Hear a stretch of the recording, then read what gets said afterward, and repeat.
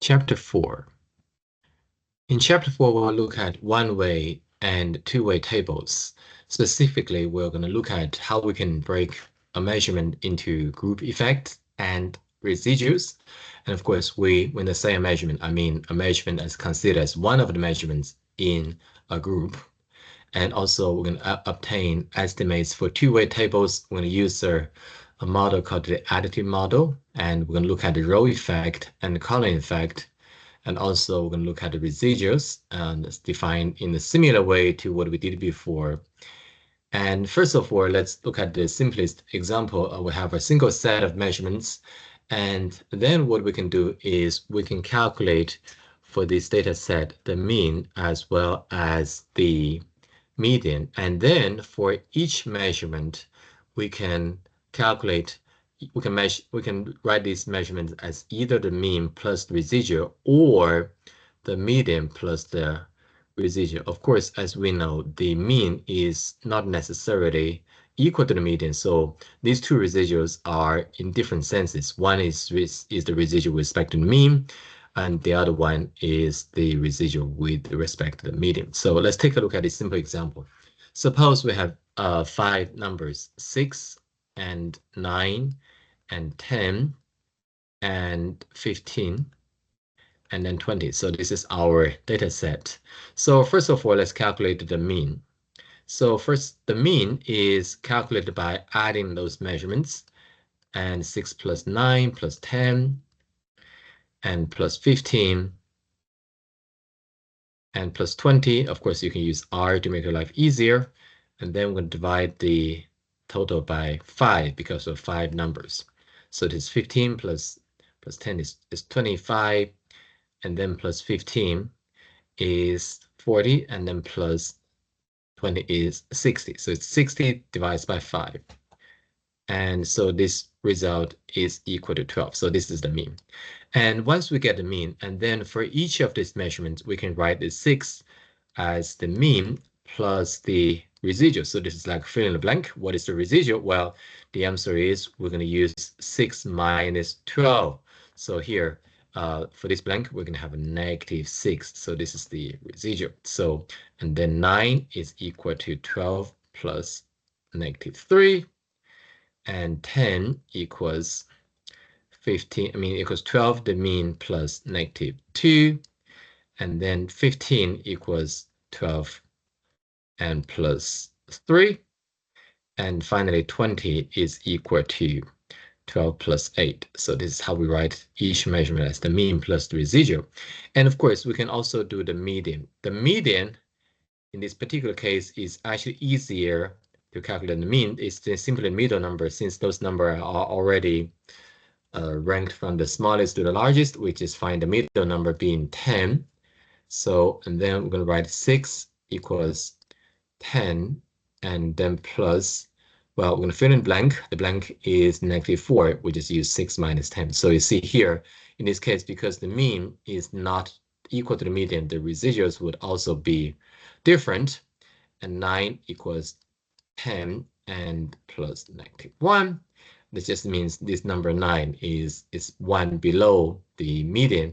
And 10, of course, is 10. So it's 10 is equal to 10 plus 0. And 15 is equal to 10 plus 5. And 20 is 10 plus 10. So that's how we write each of the measurements as the mean plus the residual, or the median plus the residual. Now let's look at this slightly more complicated example. Now suppose we have group measurements. We have 3 groups. You can think about these 3 groups maybe represent the age of different people. The group A may be some people, some young kids you find in the park, and the group B may be some teenagers or young boys and girls you find in the school, and then group C may be some older adults like me. And so for group A, the measurements are 4, 2, 3, 3, 3. So what you can calculate is what we call the group mean. The group mean just means the average of those measurements within this group. So what you do is you add those numbers, 4 plus 2 plus 3 plus 3 plus 3, and there are 5 of them. So we divide the total, which is 15, by 5, you get the group mean is 3. And similarly, you get the group mean for the second group is 13, and the group mean for the next group C is 47. And we can also calculate what the grand mean. Well, the grand mean is simply calculated by adding up all those measurements together. So for example, here in this case, we're adding all those elements within group A, we get 15. Elements within group B, we get 65. And elements within group C, we get 235. So we add all those measurements and then we divide by the total number of measurements. In this case, we have 3 columns and 5 rows. So it's 5 times 3, which is 15. So eventually get a grand mean equals 21. So now what we can also do is calculate what a so-called group effect. So the group effect is calculated by we're going to start with the group mean for each group, and we're going to subtract it by the grand mean. So for example, in the first group, the group mean is example. This is example. Group A. For group A, and the group mean is equal to 3, and the grand mean is 21. So the group effect, as you calculate, is negative 18. Well, what it tells you is that on average, these numbers is 21. However, within the first group, the average is 3. So the group effect being negative 18 basically tells you that on average, the measurements within group A would be 18 lower than the average of the total data set. Similarly, you can verify that the group effect of second group is negative 8, and the group effect within the third group is 26. So what this means is, for example, in group C, and the group effect being 26 means on average, the measurement within group C is 26 higher than the grand mean. Well, we can, of course, do these things in R. For example, if you look at this matrix, and by the way, in mathematics, a matrix is just a rectangular arrangement of numbers. So here we have 3 columns and 5 rows. So when we write a matrix, and here is the code, and I want you to look at this code and make sure that when you type in the matrix, you do it 1 column at a time. So here we can define the matrix this way. Notice that the order here, look at this 4, 2, 3, 3, 3. That's the first column. And then 12, 14, 12, 13, 14. That's the second column. And then 45, 48, 47, 48, 47. This is the third column. So, and then we also need to specify the number of columns is equal to 3, because basically without this one, you're just telling R there are 15 numbers, but I would have no idea what's the dimension of matrix, because 15 can be written as 1 times 15, or 3 times 5, or 5 times 3, or 15 times 1. So here it is necessary to specify how many columns are there. In this case, we specify the number of columns equal to 3. So this one simply defines the matrix M. Of course, if you run it, you're going to get nothing, because this is only defines the matrix. But if you print out this matrix and you can get this matrix, I would always suggest to always print this matrix out, just to make sure, just compare that you made no mistake in entering the data, and also this rows and columns are entered in the correct order. All right, and then what we can do, there are a couple of commands that are useful. One is called mean of M. Well, the mean of M just calculate the grand mean. So that's the average of all these numbers. In this case, is 21.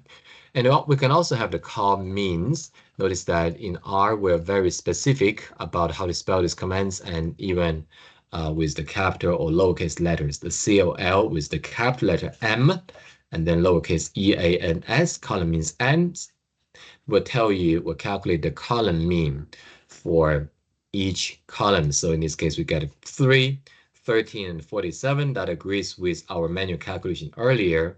So this is the column means. And similarly, we can do the row means, even though for one-way table, and we don't necessarily do it because every row does not necessarily have a meaning. So for example, here, the first column means the measurement is within group A. However, the first row does not really have any specific meaning. You can probably say that that's the first measurement within group A plus the first measurement in group B and the first measurement in group C, but they don't necessarily have any particular meaning. And later in the next part of this chapter, we'll introduce two-way tables where the row effect, the row mean would make more sense. But anyhow, the row means can be calculated using this command. We have 5 rows. So within the first row, the mean is about 20.3333, and the second row mean the third one, and so on. All right, so this is the command. And here's another example with some raw measurements and with the mean and the group effect and so on. And here the residual refers to each raw measurement with respect to the group mean. For example, here, the first measurement is 6, the group mean is 12. So 6 minus 12 will give you the residual -6. So this will tell you that for the first group, the first measurement is 6 lower than the group mean. And I would encourage you to pause this video and spend some time inputting this matrix into R and compute the ground mean, the column means, and then verify these group effects.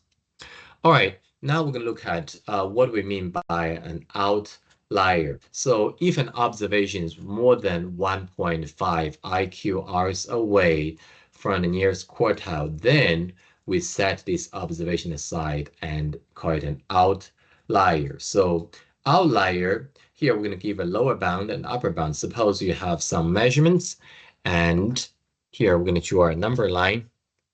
And just do it again.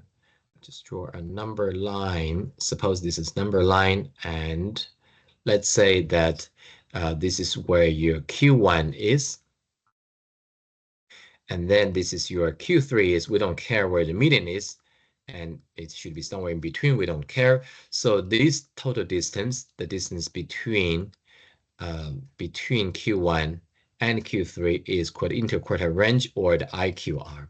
We measure this distance and multiply the distance by 1.5. So, and then we add it to Q1, Q3, add it to Q3. So this is, let's say here, this is 1.5 IQR. And so this number here is Q3 plus IQR, 1.5 IQR. And similarly, we can also do 1.5 IQR to the left of Q1. And so this is Q1 minus 1.5 IQR. Now here, any measurements that are beyond this upper bound. So here, this will be possibly some outliers. And of course, a data set may or may not have any outliers. So anything beyond this boundary is called an outlier, or anything below this lower bound can also be considered as outliers. So again, a data set may or may not have outliers. A question that sometimes I hear people ask is, why we choose this specific number 1.5? Why not 1? Why not 2? Why not some other number? The answer is there is no specific good mathematical reason why this has to be the case. If you choose a different number, which is still reasonable. However, over the time, statisticians agree that 1.5 is like a universal standard that everyone is going to use for the definition of outlier. And if you want to argue a different number would work better, and of course you can look into that and present evidences why you think another number is better than 1.5.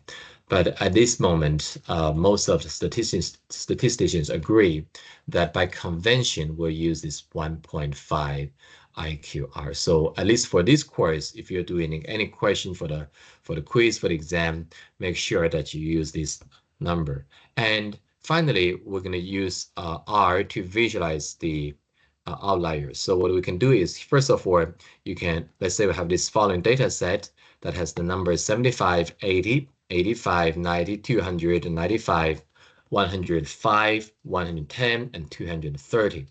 And then one easy way to visualize the outliers is to use the command box plot data. So the box plot will give you a plot like this. Let me just make it bigger so it's easier for you to see. So this is the plot. As you can see here, this is where what the plot is a little bit small for you. It's a little bit small, but this is the box plot, and I should open it and zoom in out a little bit, zoom in a little bit, and you see here there are 3 small circles, and those are the outliers. So basically, you see here there are 2 small circles at the top. So those are the 2 biggest numbers. In this specific case, they correspond to 200 and 230. Those are outliers.